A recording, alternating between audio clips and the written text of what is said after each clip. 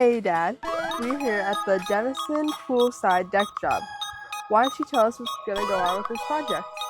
Well, when the Denisons called us, they had two decks in this section. You want to take a look at all this?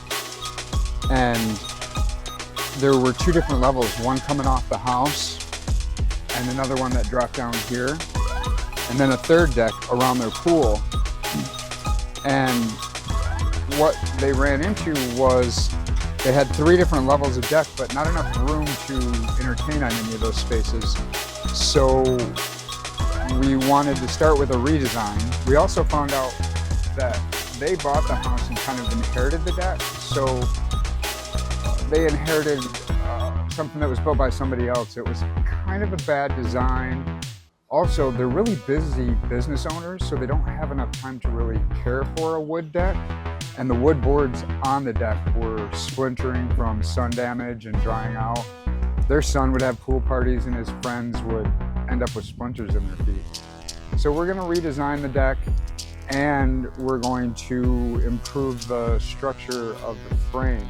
We also discovered a failing retaining wall that was not holding back the grade anymore for the pool, which is super dangerous. The dirt from all this area along that garage can push against this pool, and that's where our deck's gonna go along. Well, what was wrong with the old wall? Well, it was made from bad material. It wasn't the right material. It wasn't designed properly, and it didn't have a really good base. Why do retaining walls fail? Most of the time, a retaining wall will fail due to design or poor product. Do you have any DIY tips for building or repairing walls? Building a retaining wall. The most important part about building a retaining wall is definitely the foundation of it. If you start with a trench that's deeper than you need and you pack it down like we did with a compactor, and then you add a crushed concrete, you'll have a solid foundation. And you also, it's really imperative to provide drainage for the water that's going to build up at the bottom. So what'll be next here?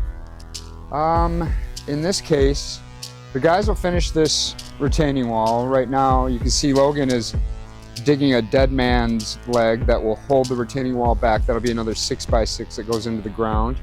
And they'll push that soil back in and hold the wall from falling out with another 6x6. Once we get this all done, we'll start, you can see we've already started to dig some holes in these areas. We'll dig all these holes out and we'll put in the beams for this one main deck right here. I know one of our core values is exceeding expectations every time.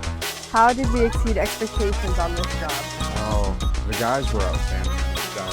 When we found the wall, we found out that we couldn't fit a piece of equipment back here. This is a lot of digging. We should have used a small mini excavator, but we just couldn't fit one back in the backyard. The guys jumped right in and just started digging. It exceeded my expectations. And not to mention this beautiful Japanese maple. The Denisons love it, but it doesn't integrate into the new design, so we're going to remove it. But we're also going to try to find a place to replant it. Maybe a tree, maybe a park or a church or something like that, just so that we can maintain its beauty.